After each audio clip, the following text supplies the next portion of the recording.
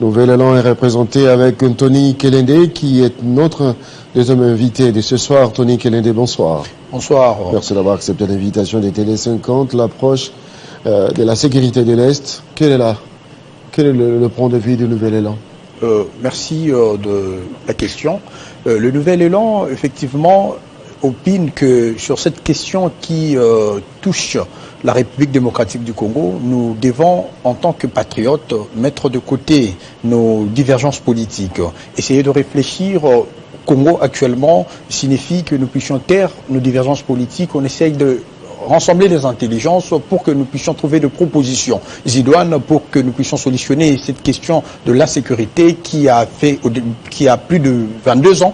Et malheureusement, nous constatons que la gouvernance actuelle n'est pas en train d'activer de bonnes stratégies pour que nous puissions sortir la République démocratique du Congo dans ces gouffres de l'insécurité. Le sommet de Luanda est une preuve éloquente qui venait d'être d'ailleurs brossée ici par mon prédécesseur, démontre à suffisance comment est-ce que la gouvernance actuelle n'a pas des idées fixes pour éradiquer cette question d'insécurité.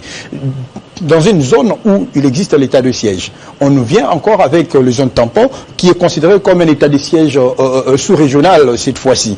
Pourquoi? Simplement parce qu'il y aura de militaires étrangers qui viendront opérer sur le sol congolais. Alors que la question de la souveraineté, la question du respect de l'intégrité territoriale ne se négocie pas. Si aujourd'hui nous avons le coup de pouce des autres États pour que nous puissions garantir notre intégrité territoriale, cela nous pousserait demain de pouvoir encore solliciter d'autres forces au cas où l'ouest de la République démocratique du Congo serait attaqué. Donc le Nouvel Élan reste constant sur la mobilisation du peuple congolais à pouvoir soutenir l'armée parce que nous considérons que l'armée nécessite un soutien. Et au-delà de ça, nous avons le 10 recommandations du Premier ministre Adolphe Muzito qui a préconisé des idées qui du reste sont idoines et pragmatiques pour que la question de la sécurité à l'Est Quelles sont ces idées?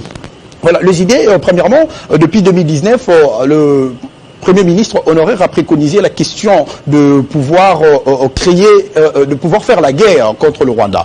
Pour faire la guerre contre le Rwanda, il faille que nous puissions d'abord nous préparer. Et cette préparation est tributaire à avoir une bonne économie. Parce que nous ne pouvons pas avoir une bonne armée si on n'a pas une bonne économie. Parce que c'est l'économie qui permettra à ce que nous puissions nous procurer des équipements nécessaires afin que notre armée soit à mesure de pouvoir tenir tête contre le groupe rebelle, contre les pays agresseurs que nous citons nommément le Rwanda. Au-delà de ça, nous avons également préconisé la rupture des relations diplomatiques qui du reste a été prise en considération par le gouvernement avec le Rwanda. Et puis nous continuons encore dans cette même logique de pouvoir solliciter à ce qu'il y ait une rupture diplomatique avec l'Ouganda. Parce que l'Ouganda, tous nous connaissons que l'Ouganda est en train de tirer aussi le ficelle par rapport au chaos qui sévit dans la partie est de la République. Au-delà de ça, nous avons préconisé que l'aspect diplomatique ne peut pas totalement être mis de côté. Mais cette fois-ci, la diplomatie devait être faite à l'égard de ceux qui sont des tireurs de ficelle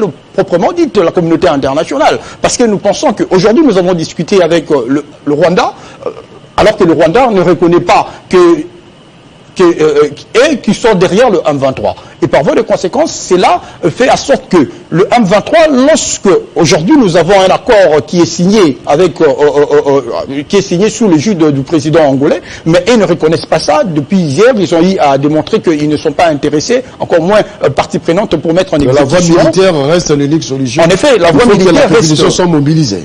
La population devait être mobilisée et nous également à l'interne, nous devons préparer notre armée pour que notre armée soit à mesure de pouvoir imposer cette capacité dissuasive à l'égard de tous ces États limitrophes qui nous agressent. Dernièrement, nos Nouvel Élan étaient dans les rues de Kinshasa. Allez-vous continuer à mobiliser la jeunesse, la population congolaise pour s'enrôler dans l'armée, pour soutenir le FARDC jusqu'à la victoire finale?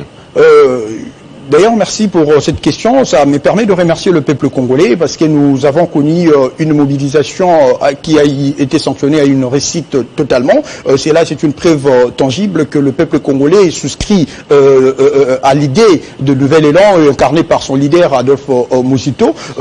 Ici à Kinshasa, nous avons eu 1 million de peuples congolais qui se sont mobilisés, qui ont bravé la pluie pour répondre présent afin que nous puissions manifester notre solidarité à l'égard de Congolais, de compatriotes compatriotes qui sont dans la partie est de la République, mais au-delà de ça, nous avons également, nous continuons avec cette lancée de mobilisation. Déjà, le 3 décembre, nous serons à Kalouka dans un meeting populaire où nous allons continuer dans cette lancée de mobiliser, de pouvoir demander aux jeunes, qui pensent que servir la République sous le drapeau serait important, de pouvoir intégrer l'armée, pourquoi pas, question que nous puissions avoir de vrais Congolais au sein de l'armée, parce qu'il y a la question de l'infiltration, c'est aussi une question que nous continuons de le dire et nous ne le dirons jamais assez, qu'il faille que nous puissions enlever de mauvaises herbes qui se trouvent au sein de notre armée pour que l'armée puisse recouvrir son côté républicain, afin que nous puissions éradiquer cette situation d'insécurité. Antonin Kelende, merci. C'est moi qui vous remercie. Mesdames et messieurs, Marc Petite Pause, cette fois-ci pour recevoir notre troisième invité du soir.